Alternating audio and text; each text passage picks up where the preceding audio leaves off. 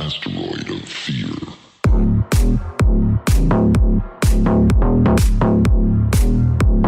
Hey everyone, welcome to another episode of the Man of the House podcast.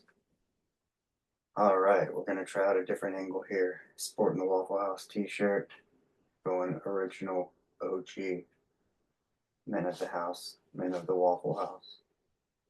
What's your story? That's what we're trying to get to. So, as you can see, we have a little bit different camera angle for all those who watch on YouTube or you're watching a clip. Yeah, you can see different camera angle. This is kind of the angle I wanted before, but I had to move the mic stand, make some adjustments, this and that, the other. But just testing some stuff out, yeah. Trying to see how I like it, how it's gonna go. Because I had something in my mind a long time ago, and yeah, I got this big light up sign. I got to get it fixed though. It was damaged during shipping, and you find all these sign companies out here, but they don't want to fix it. Well, unless they installed the track lighting on it to get it to light up, they don't want to fix it. Come on, man, just do the repair. I was gonna do it myself, kind of like doing the old school like speaker. When you strip them up, twist them together, crimp them, tape them, whatever that whole business is. But the problem with this one is it's actually a three light. Oh, there went my water. Hold on. A little bend over here. That's exactly what I didn't want happening is my water spilling everywhere. All right. A little further out here. Okay. All right. You saw me navigate that like a pro. Yeah, they're on the YouTubes. Yeah. Actually, that was a little bit difficult because my ribs hurt. I don't know if I've told you guys, but yeah, about a couple weeks now I've had this little rib injury, and it kind of comes from this around the same time, much later, years ago. We'd just gotten our dog Sugar. That was probably around November, December. I guess we got her around my daughter's birthday, and it was going to be her first Easter. And so apparently the Easter Bunny is waiting down at PetSmart or Petland or Petco or one of them. And myself, my daughter, my dad, and the dog, Sugar, we're going to go have some Easter pictures made. And I take her out to the bathroom. She goes to the bathroom, and lo and behold, she gets poo all over the hair around her butt. She's a multi-poo. So, now that you got that visual, I'm like, yeah, mother effing this, mother effing that. Because now I gotta go and wash a dog's butt before we can go get pics. And so, you know, I'm leaning over the tub, kind of, because we had this big jacuzzi tub where we lived. And I'm a short guy. So, if I'm on my knees, this thing is kind of like right up under my elbows. Kind of like when you lean over to give your dog a bath. And I'm leaning over, resting on it kind of. And my ribs just give out. You hear a pop, but it was like that cartilage that surrounds your rib cage just collapsed. And man, I tell you what, if you've ever had rib injuries, yeah. So, fast forward, it was kind of tender, kind of sore, and my back was like super burning from some of the people I've been taking care of. And the other morning, I'm just super tight. My wife's like, lay down, face first on your stomach on the floor. I'll like put some pressure on it, whether it be walking or, it wasn't going to be all that. But man, she put barely, hardly any. And again, you could hear the pop. Ta ta ta ta. I mean, one fell swoop, it hurt. And she's like, babe, I'm barely putting any pressure on there. Well, it felt like all the pressure was on there. And even when I went to the chiropractor later that week, I couldn't even get through any of the face down stuff. And he turned me over and put this little chest tapper cartilage thing on there. And so, yeah, that was quite interesting to say the least. But, you know, needless to say, I don't know what has it so inflamed. I mean, it's been hurting and it was kind of so fine. Put some biofreeze on it the other night. It kind of cheered up a little bit for a day. And then yesterday I had kind of an easy day. I didn't do anything physical, just took my niece back and met the in laws. And I tell you what, when I got home, I laid around all day. Literally had trouble moving, like just getting up, moving side to side, feel all the way up in my armpit. It's just brutal. And it's been kind of that way today. And wifey made me go to storage. That didn't help. A little bit of a exacerbation there. But yeah, we got to get the storage thing done. We got 1 week until the CCC sale.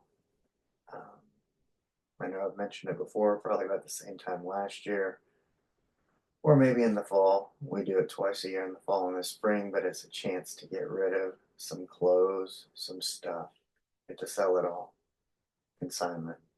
And we usually make out pretty well. Um, go towards a little vacation fund or school fund, whatever's coming up. Usually Christmas, birthdays, summer. So, yeah, that wasn't the best remedy, but it's got to get done. So, a lot of Advil, deep heat, roll on, not getting the fingers all stanky. Yeah, that's kind of how the day is going. But anywho, let's kind of go back to the beginning. Thanks for joining me on this episode. Let's do a little spring break recap. Talk about what's going on. This is episode 113. I kind of just took off and started rambling. But yeah, episode 113, the second episode in the relaunch. It is a solo episode. Should be coming up with a guest episode, hopefully, maybe next week. I got my first interview. I'm going to set him up to hopefully get done this Wednesday.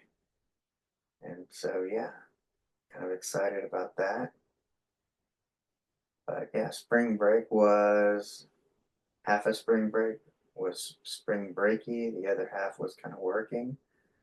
My wife and I did work a couple of days. I worked 3, she worked 2. And, we went and got the niece. So she was kind of here the whole time to kind of hang out with my daughter. And I worked kind of some of the opposite days of my wife. But we did get some time. And then towards the end of the week, we did some family time, all as a family. But yeah, let's talk about. Made a post earlier during the week on boundaries. We're going to talk about that because that kind of leads into spring break, setting boundaries. With summer coming up, yeah, it's time to start lining up things. So last time we chatted, I think I was in the middle of, coming off of Buck. and moving into another couple caregiving roles. And these roles, they're kind of to help out. We're trying to be helpful. We want to help out the nurse who gives us work, who owns the home health agency. So part of it is we want to help out. We want to, get paid, of course. It's a way we make money in addition to some of the other things we do. But man, these last two people, I don't even really think I'd fully gotten over Buck yet, but these last two people were just nuts. I don't want to give away too many details, but with the one, his family, he's 85 years old. His family lives overseas. He pissed him off and just got in a little swearing match with him last time they were here, is what I was told. He says it's for the better, but man, I just, that is hard for me to wrap my head around, hard for me to fathom.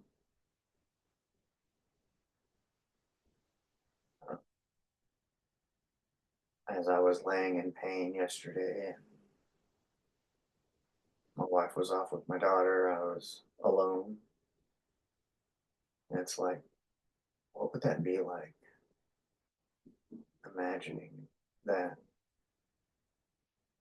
the people you cared for most, the people who cared for you most, took care of you, XYZ, they're super far away. You might hear the vacuum in the background. Interesting. So, yeah, super far away. Your only source of help, your only source of comfort. That's another reason we do it. We have a heart. We don't want them passing away alone around strangers.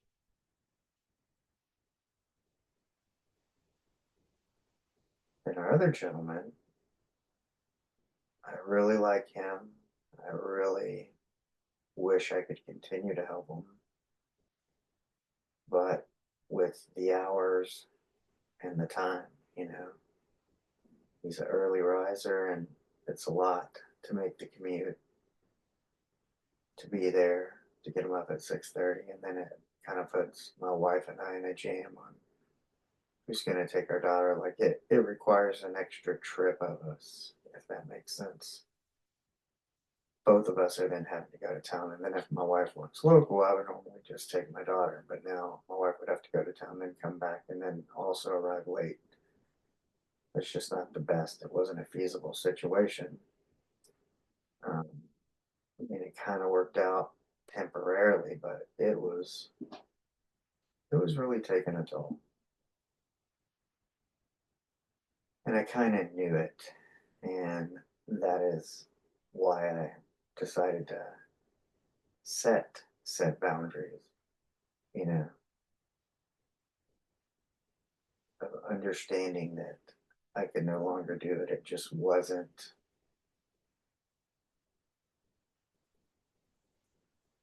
the way we were coming out of one situation, barely getting settled. And then I had done that 20 miler, come off of that and ran right into this. Man, it was like I didn't know up from down, left for right. And it became like apparent this weekend. I mean, I knew I couldn't do it for a long time. And I must have been running on adrenaline because, you know, my last shift with him was Wednesday. But let's see, Thursday, Friday, Saturday, I slept like almost 9 hours each day and over 9 hours last night. And I was just blasted all day yesterday, just so tired. All I did was drive, drop my niece off, come back, and lay in the bed all day. Went to bed early. Had no idea how I was still so sleepy. But it was kind of this accumulation of pedal to the metal, keep it going, balls to the wall, like burn yourself out kind of a thing. And then just crash. Yeah. And it took all those days to catch up. I mean, I felt almost too rested. But if I needed it, then I needed it. The goal is to get onto something more consistent because I'm not a big fan of just kind of burned at both ends, 2 to 4 or 5 hours a night during the beginning of the week, and then, spend a whole weekend catching up. But yeah, part of it was just that whole 4 something wake up and 4:20 wake up and being there at 6:30, but I just wasn't sleeping at night very much. And then if I was getting a nap, that was kind of messing it up a little bit. And yeah,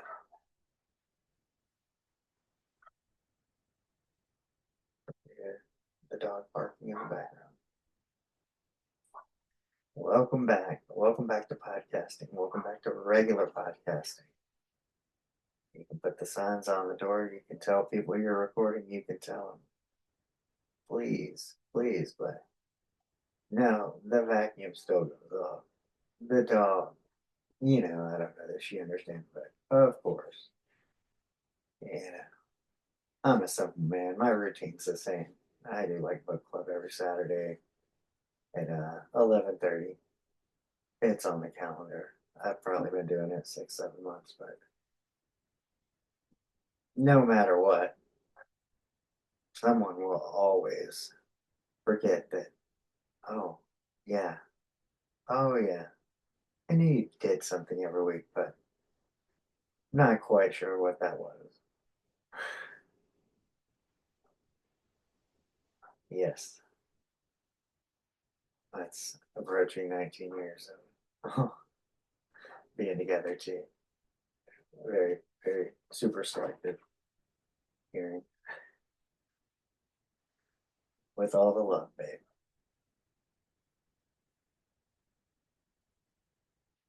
Actually, you'll be hearing this on 324, but it is 323. And 323, this time frame holds some significance to me in that this was the day I arrived at boot camp. So it was hectic. And for the next, till I walked the parade on May 20th, and yeah, so I always feel like this time frame is kind of similar. Um, I remember when I started in the ER, that was around April 9th, and I was going through in doc and stuff around the same time. And then my last management job actually started on 323. So yeah, the date does hold some significance for me, I guess you could say. Hmm. Yeah, I was just looking at something. See, I had the boom mic on this side before. I used to hang my headphones over there, and I was like, shit. Now when I'm at my desk, where am I gonna hang my headphones? Kind of a thing. Some real time here. Yeah. So my computer's that way, but I'm actually dongled to the TV that way, so I can see myself or when I interview. Yep, yep, yep. You only get the references if you're watching. Yeah. So, but yeah, so it's been a week. Feel like running on fumes.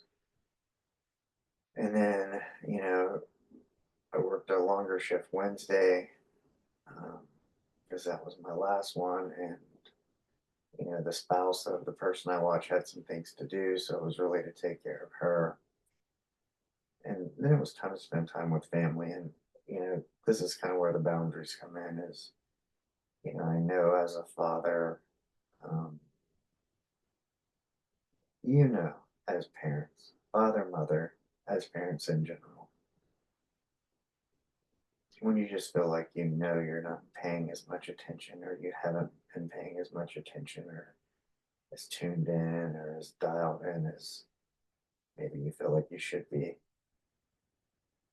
And then it kind of becomes evident with whether it's a little attitude or behavior, nothing bad, but noticeable. I mean, if your child talks to you in a way that is not normal, then maybe something's going on. Maybe they're tired. Maybe, you know, but your absence will create that lack if you're not tuned in. And I knew for about 3 weeks I wasn't all the way tuned in and all the way there. I mean, I've had these moments where, overall, I've kind of dialed in, but, when Bug passed away and we had to move here, that was a period of where, we're focused on day to day life plus getting everything here, then trying to keep life going. And so, like you're kind of, you know, then I'd given so much time to them, it was like a little bit of me time, which is kind of where like the Mammoth March came in. And so I know I'm not dedicating everything there, although my daughter was very supportive and big fan of me doing the Mammoth March. But then coming back and taking on these new clients, these weird ass hours, just feeling off, not being in rhythm. You know when you're not aligned, you know when you're out of sync. I mean, it's one thing for things to be difficult, but it's another thing when things feel clunky in your life. You just kind of know it. And that was the thing. And that's the hard part is like, man, I love being able to help these people out. And I want to help them out. And I can. And I said yes. But then I noticed, like, after a couple weeks, it's starting to impact me, how I feel, starting to impact my time with my family, how I react to them. And then I had a lot of, like, inner turmoil with the idea of having to tell them, hey, I can't do it anymore, having to set the boundary. Tough conversations are tough, they're hard to have for a reason, even if it is for your benefit.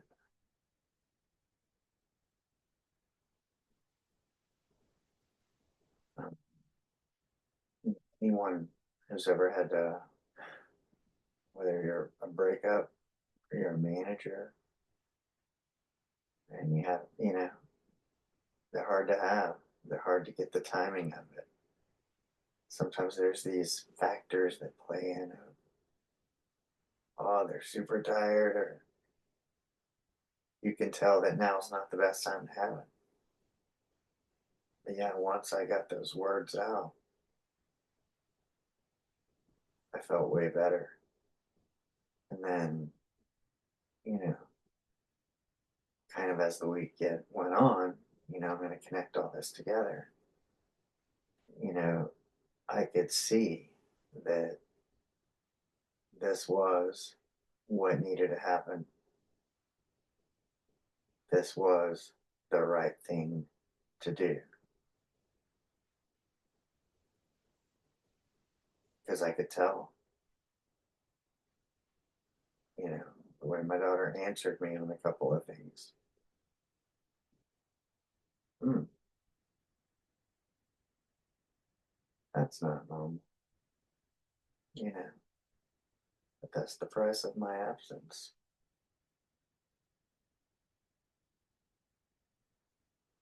And then, of course, getting a bunch of sleep and a few other things kind of happening. I was like, I mean, I knew it was the right thing to do, but then you're like, no, this is where I need to be. I have my own family that I need to take care of. I mean, yes, I love helping people, but I need to want to help those I love. And that's kind of one of the odd things that's kind of a discrepancy was, um, I can remember telling my mom one time, sometimes you're nicer to strangers than you are to me, your own son, when we were having a not a great mother son relationship. Of course, some of it induced by me when I was drinking, but that was truth, you know. And I think when we are helpers, it's it's very easy. Um,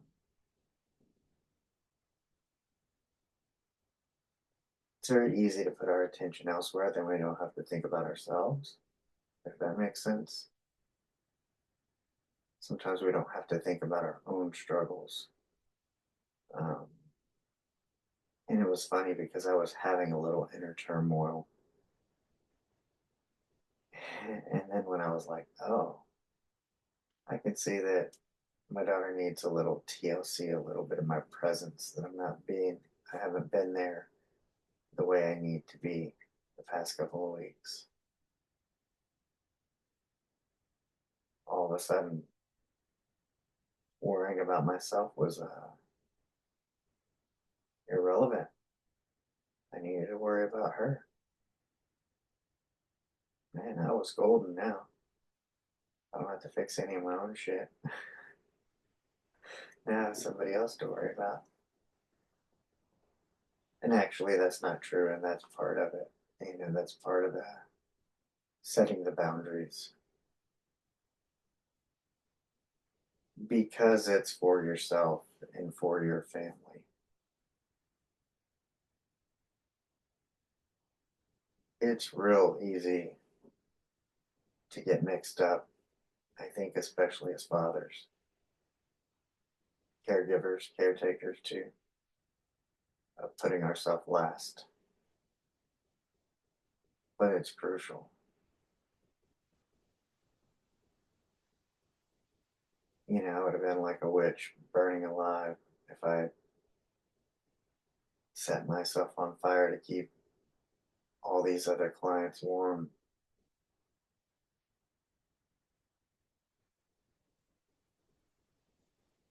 When the reality is, the only people who actually I would give my life for and set myself on fire for, literally and figuratively, are my wife and daughter. So, in reality, part of it, setting these boundaries was for them.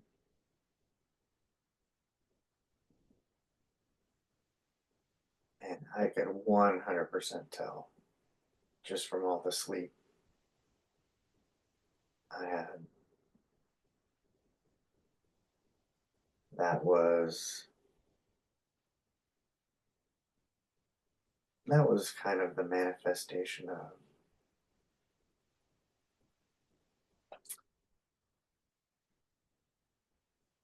3 weeks of tension, adrenaline, many different things just kind of materializing into what was a slumber. Because my body just felt depleted when I woke up. This is the way my body felt. Felt like a wet rag It dries naturally, and you pick it up, and it's kind of one piece, and it's kind of crunchy. And my muscles felt like you needed to kind of like wet the rag, moisten it up, get it pliable again slowly till it starts to shape, take form, and shape out, return to something normal.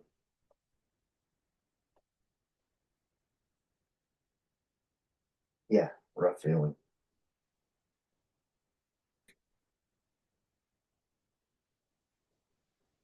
But I think that's how stress, what do they say, the body keeps the score?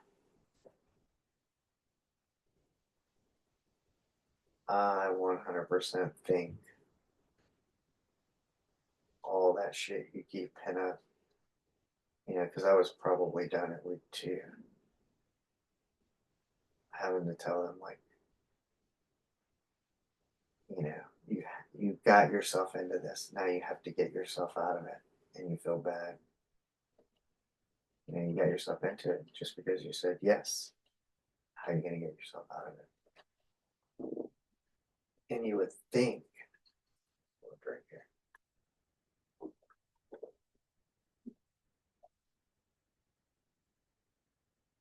You would think that go back in. You would think it would be super easy to just be like, this isn't for me. It's easy to get off. It's easy for me to say no. Oh my gosh. Vacuum. Blah. Bumping them gums back and forth.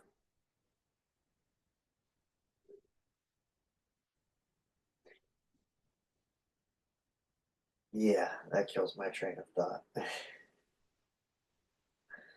Oh, the point is that, I think with anything, we get ourselves into things, and ultimately, at the end of the day, it's your decision to decide yes or no. I know sometimes it's not that easy. Oh, I don't like this job. I don't like that one. Well, you got to do something 100%. But if you choose something you don't like a whole hell of a lot, then choose something different. Don't wait there too long. Pull the trigger sooner than later.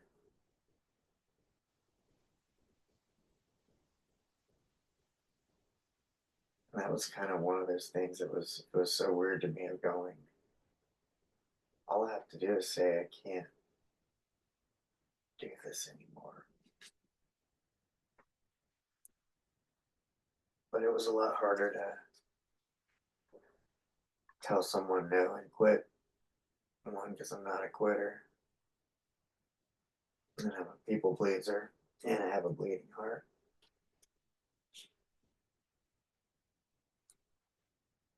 But I'm empathetic, and I know that it was going to make their life more difficult without me being able to be there. So, yeah, it made it hard. Yeah, you can decide, hey, this isn't for me, and you can make another decision.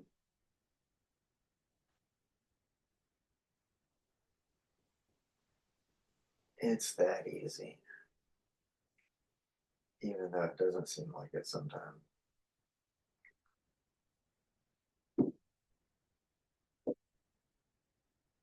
I mean, essentially, that's how we arrive anywhere in life.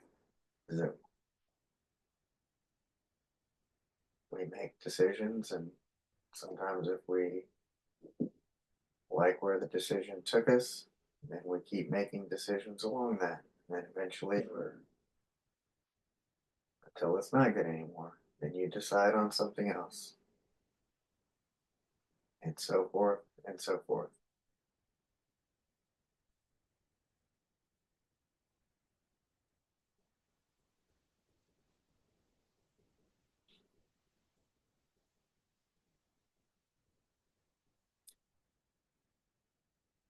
I think, of course,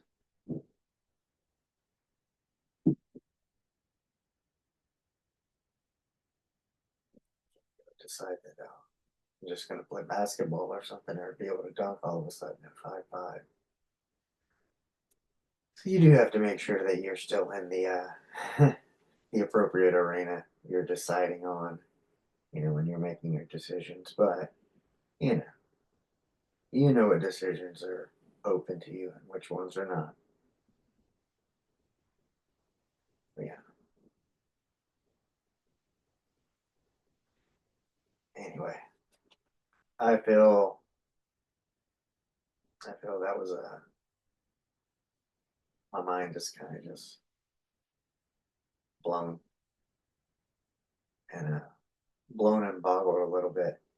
You have to understand I haven't really podcasted a lot in 3 months, and when I did, was in a different area or at a different residence, and so with that,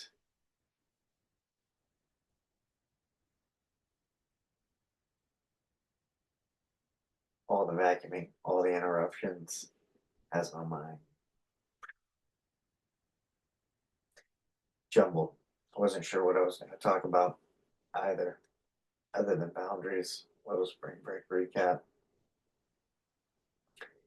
And then we're getting back to interviewing. Um, should be getting that done this week, so hopefully will be that.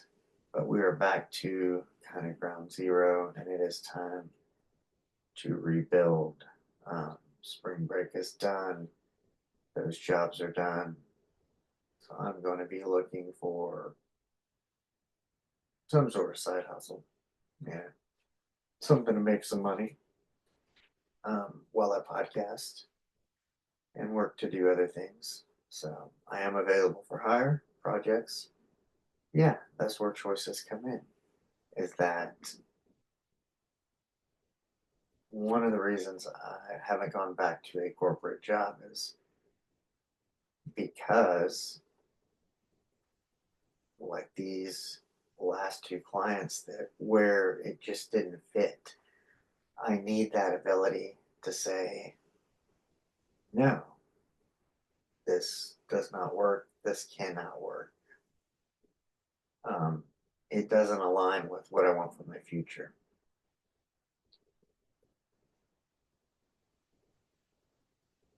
That's where decisions and all that came in. It just reminded me. All the vacuuming stuff had my brain jacked up for a minute there. Um, yes, I clearly remember having this thought out loud, and that is, we have summer coming up. We like our family time. We do not want somebody waiting on us. We don't want to have to be somewhere every day.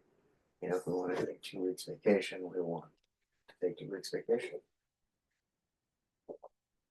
So, when it comes to, we don't want to be locked down. We don't want to have too many obligations where, hey, it's like having a pet. It's like having another child, you know? And some of these older people, you start adding them up, add an extra two, three, four people. I mean, with your own children, it's like having 7 children. They can do varying degrees of things for themselves, but then some are super dependent, and so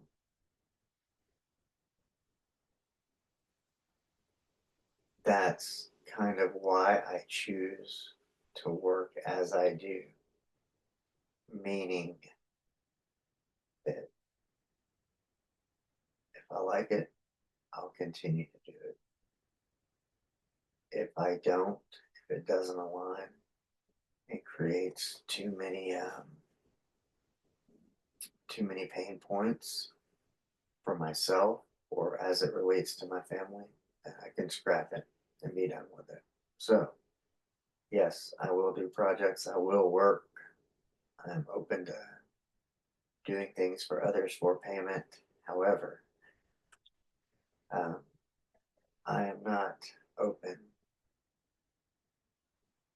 to not having any choice or, hey, this is it and this is the only choice and very little wiggle room. Yeah, not for me. But you need to be aware. You need to understand that about yourself, um, et cetera, when designing a life.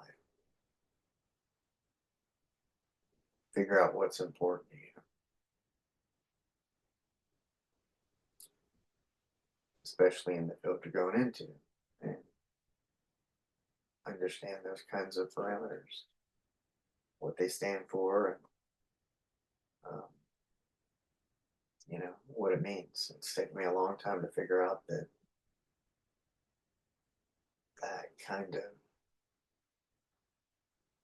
this is what aligns to me at the moment.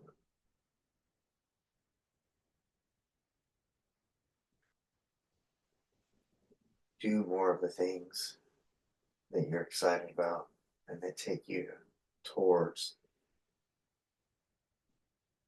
the end state you have in mind or envision versus, you know, stop putting time and effort in the things that are opposite of what you want in the future. So, yeah. And that was the main reason for setting boundaries and going the opposite way, doubling down on what I'm enjoying. However, this one didn't turn out quite the way I wanted. Maybe on the camera angle, not so much on the tougher content. A lot of blabbering, but it'll get better. Point is, stay connected. I will keep doing this, keep on the consistency train, and I got to get back into it. I got to get the reps going, and I got to get the timing and the rest of the house on board. Of course, I'm sure all the vacuuming, everything, it's probably my fault because I chose the wrong time to do this. But yeah, there's a lot of moving parts to get hashed out. But we're back. We'll get it hashed out. It will get better.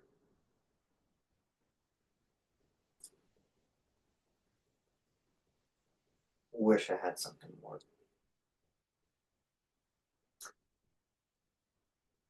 What do I call it? More profound. Yeah.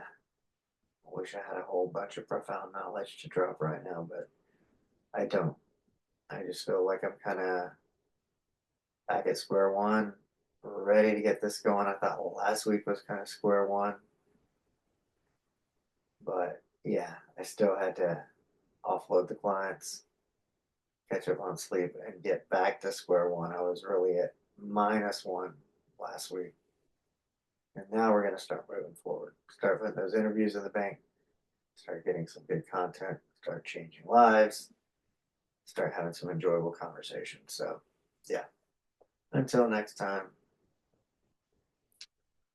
peace to your moms and props to your pops.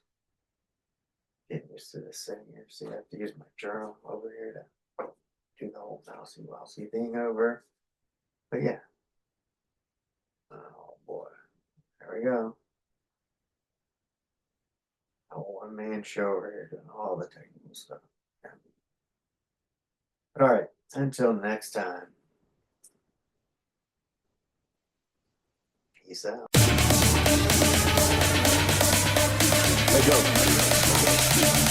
Asteroid of fear.